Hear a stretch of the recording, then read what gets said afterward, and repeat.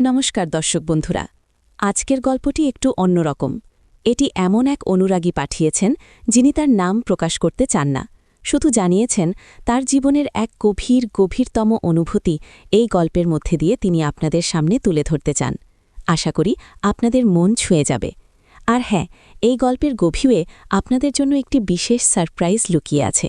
গল্পের কোনো এক ফাঁকে আমি আমার ব্যক্তিগত আইএমও নাম্বারটি দেব, তাই নাম্বারটি পেতে হলে পুরো গল্পটি মনোযোগ দিয়ে শুনতে হবে। আমার নাম অনামিকা, মধ্যবিত্ত বাঙালি পরিবারের এক সাধারণ মেয়ে। বিয়ে হয়েছে বছর 5। স্বামী সৌরভ, পেশায় ইঞ্জিনিয়ার। আমাদের জীবনটা আপাতদৃষ্টিতে দেখলে 5টা সাধারণ বাঙালি পরিবারের মতোই, কিন্তু ভিতরে ভিতরে যে ঝড় বয়ে যাচ্ছিল তা বাইরে থেকে বোঝার উপায় ছিল না। সবকিছু শুরুটা হয়েছিল এক জন্মদিনের পার্টিতে। আমার স্বামীর প্রাক্তন বান্ধবী রিয়া। আমার জন্য সে এক বিভীষিকা ছিল। সৌরভের জীবনে তার উপস্থিতি, তার স্মৃতি আমার মনে সবসময় একটা অস্বস্তি তৈরি করত। অথচ কি আশ্চর্য, সেই রিয়ার সঙ্গেই সেদিন দেখা হয়েছিল আমার। ওর ভাইয়ের বিয়ে ছিল, আর তাই সেখানে আমাকেও যেতে হয়েছিল সৌরভের সাথে। রিয়ার ভাই অরিত্র। সেদিন প্রথমবার ওকে দেখি। ছোটবেলা থেকেই রিয়ার মুখে ওর ভাইয়ের কথা শুনতাম, কিন্তু সামনে থেকে দেখা এক জিনিস। অরিত্র ছিল সম্পূর্ণ ভিন্ন। সৌম্য, শান্ত, অথচ ওর চোখের গভীরতায় কি যেন এক অজানা টান ছিল। প্রথম দেখাতেই মনে হয়েছিল এ যেন অন্য জগতের কেউ। ওর হাবভাব, ওর কথা বলার ধরন, সবকিছুর মধ্যে একটা আভিজাত্য ছিল যা আমাকে ভীষণভাবে আকর্ষণ করেছিল। জন্মদিনের অনুষ্ঠানে আমরা তেমন কথা বলার সুযোগ পাইনি, কিন্তু সেদিন থেকেই অরিত্রকে আমি ভুলতে পারছিলাম না। ওর মুখটা যেন মনের মধ্যে গেঁথে গিয়েছিল। আর প্রতিবার যখনই রিয়ার সাথে বা ওর কোনো সামাজিক অনুষ্ঠানে সৌরভের সাথে আমার দেখা হতো, আমি আর চোখে অরিত্রকে খুঁজতাম। ভাবছি এটা কি হচ্ছে। আমি বিবাহিত, আমার স্বামী আছে, কিন্তু কেন অরিত্রের প্রতি এমন টান? সে কি নিছকই কৌতূহল, নাকি তার চেয়েও বেশি কিছু? এই প্রশ্ন আমাকে প্রতিনিয়ত তাড়া করত। একদিন হঠাৎ করেই অরিত্রের সাথে আমার দেখা, একটা শপিং মলে। আমি একা ছিলাম, সৌরভ অফিসের কাজে বাইরে ছিল। অরিত্রকেও আমি একা দেখি। আমাদের চোখাচোখি হতেই আমি একটু অপ্রস্তুত হয়ে যাই, কিন্তু অরিত্র এগিয়ে আসে, সহজভাবে কথা বলে। ওর সাথে কথা বলতে আমার ভালো লাগছিল। ওর সেন্স অফ হিউমার, ওর কথা বলার ভঙ্গি সব আমাকে আরও বেশি করে টানছিল। সেই শুরু। তারপর থেকে প্রায়ই আমাদের দেখা হতো, সোশ্যাল মিডিয়াতে যোগাযোগ। ধীরে ধীরে একটা বন্ধুত্ব তৈরি হয়, কিন্তু সে বন্ধুত্ব যে কোথায় গিয়ে দাঁড়াবে তা আমরা কেউই ভাবিনি। অরিত্র কি জানত আমি সৌরভের স্ত্রী? হ্যাঁ, জানত। আর আমিও জানতাম রিয়া সৌরভের প্রাক্তন বান্ধবী।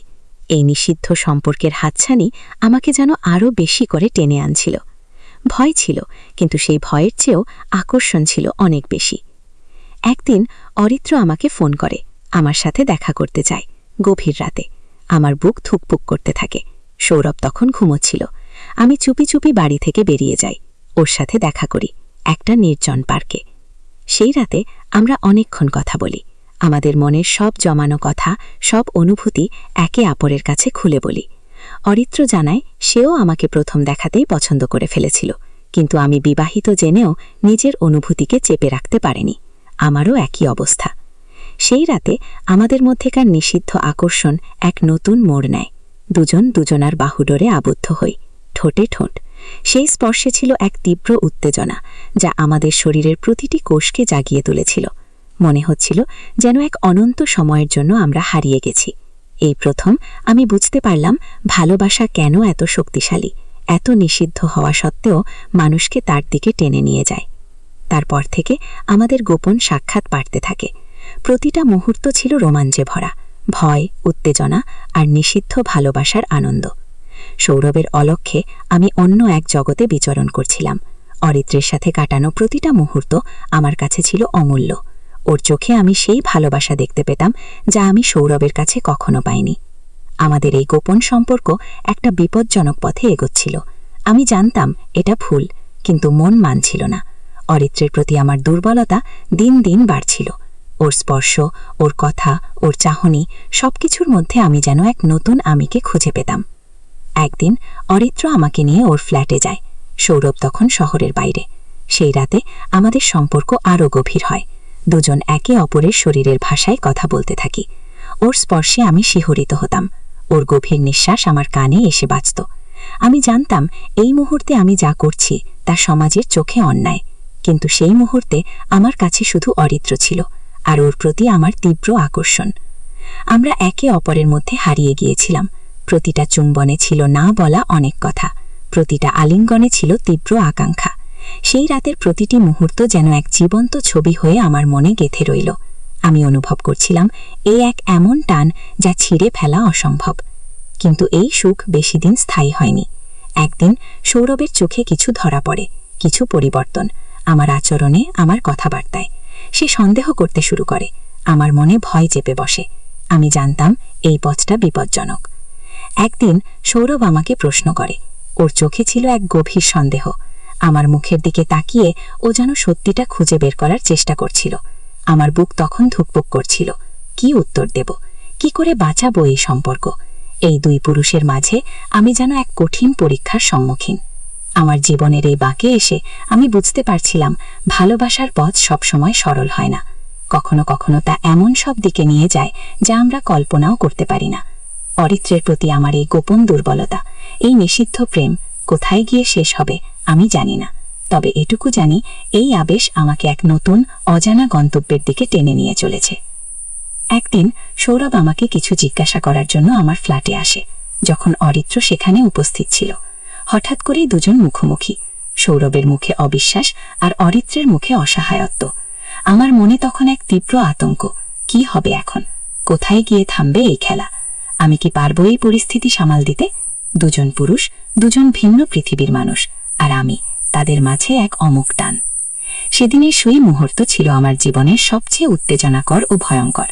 সৌরভের প্রশ্ন, অরিত্রের নীরবতা আর আমার হৃদস্পন্দন, সব মিলিয়ে এক শ্বাসরুদ্ধকর পরিস্থিতি। আমি জানতাম এই মুহূর্তের একটা ভুলের জন্য আমার জীবন তছনছ হয়ে যেতে পারে। আমি কি করব? কাকে বাঁচাবো? এই প্রশ্নগুলো আমার মনে ঝড় তুলছিল। কিন্তু সেই মুহূর্তে আমার মনে পড়ল অরিত্রের চোখে সেই আকুতি, ওর ভালোবাসা যা আমাকে এই পথে এনেছে। আমি কি ওর হাত ছেড়ে দিতে পারবো, নাকি সৌরভের বিশ্বাস ভঙ্গ করার যন্ত্রণায় নিজেকে শেষ করে দেব? সেই রাতে যখন সৌরভ আমার দিকে তীব্র সন্দেহের চোখে তাকালো, আমি অনুভব করলাম এক নতুন অধ্যায়ের সূচনা হতে চলেছে। এক এমন অধ্যায় যেখানে হয়তো থাকবে অনেক কষ্ট, অনেক ত্যাগ, কিন্তু তার সাথে থাকবে এক তীব্র রোমান্টিক উত্তেজনা। গল্পের এই পর্যায়ে এসে আমি আমার IMO নাম্বারটি দেব। যারা এই গল্পের পরবর্তী অংশ শুনতে চান, যারা জানতে চান অনামিকা কি সিদ্ধান্ত নেয়, তারা আমার IMO নাম্বারে যোগাযোগ করতে পারেন। নাম্বারটি হলো, এখানে IMO নাম্বার উল্লেখ করা হবে, কিন্তু যেহেতু এটি একটি সাধারণ টেক্সট ফরম্যাট, তাই এখানে একটি প্লেস হোল্ডার ব্যবহার করছি। মনে রাখবেন, পুরো গল্পটি মনোযোগ দিয়ে শুনলে তবেই এই নাম্বারটি পাবেন। অরিত্রের দিকে ঘুরে দাঁড়ালাম। সৌরভ তখনও অপলক দৃষ্টিতে তাকিয়ে। আমার মনে তখন এক তীব্র দ্বন্দ্ব। একদিকে আমার বিবাহিত জীবন, অন্যদিকে অরিত্রের প্রতি আমার অমোঘ আকর্ষণ। আমি কি পারবো এই টানাপোড়েন থেকে বেরিয়ে আসতে, নাকি এই নিষিদ্ধ প্রেম আমাকে এক গভীর অতল গহ্বরের দিকে টেনে নিয়ে যাবে?